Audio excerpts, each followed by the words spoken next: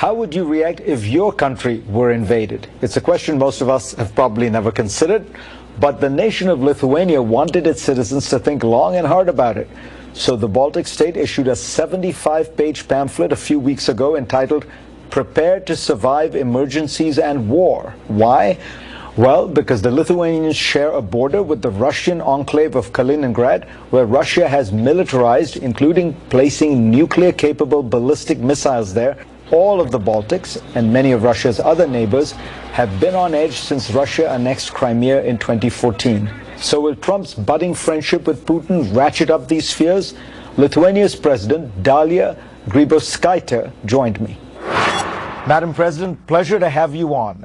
Let me ask you first, based on what you heard during this campaign, do you have concerns about Donald Trump's support for NATO and support for the Baltic republics and Eastern Europe's security in particular?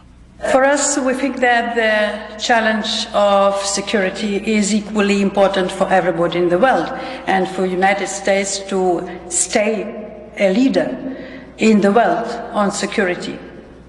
It's utmost important, and we don't think that there is an interest at all for the United States to change this international position. You have described Russia as a terrorist state after its invasion of Ukraine, after the annexation of Crimea.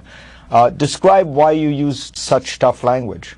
As I said, we're a neighboring country. We do see exercises. We do see behavior in our airspace. We see the behavior in Baltic Sea, and submarine riding around our borders. So, of course, behavior in Ukraine, all this added to Russia's behavior and allowed us to describe it as aggressive, unpredictable, and very dangerous behavior.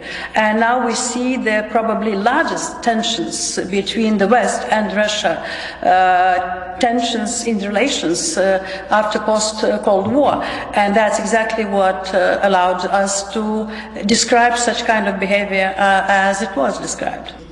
Do you worry that that the security of Eastern Europe might be sacrificed in order to get some kind of deal or new relationship between the United States and Russia?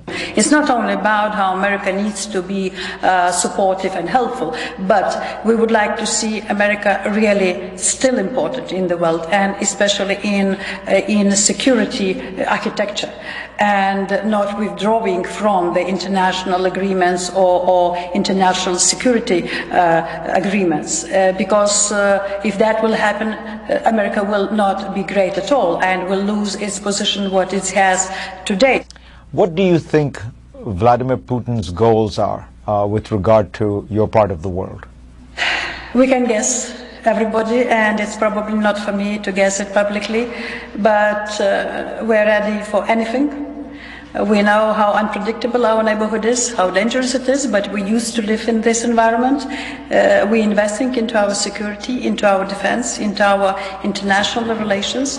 That's the first. We will never repeat the pre-war, second war situation that we were not defending ourselves and allowed Russian troops to go through our territories. That will never happen again. And we know how to live with this neighbor. But to predict and to guess, probably no sense. We need to be ready for anything.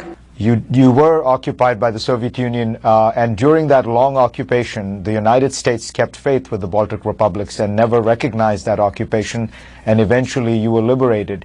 Do you worry that that kind of American commitment to the security of small, embattled nations in Eastern Europe is now being called into question?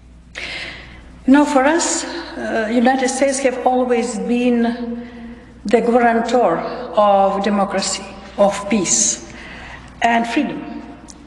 And for all over the world, I think, not only for us. And without such kind of hope, the world really will lose the most important thing for development, for security, the hope to be free, the hope to be independent. And the guarantor, the largest one, was the United States. And after elections, immediately I said, it's no matter what kind of administration the United States will have. What is important for us that we trust America, American people. That's our stance and how we saw in our history, and we will see United States. Madam President, a real pleasure to have you on. Best of luck. Thank you.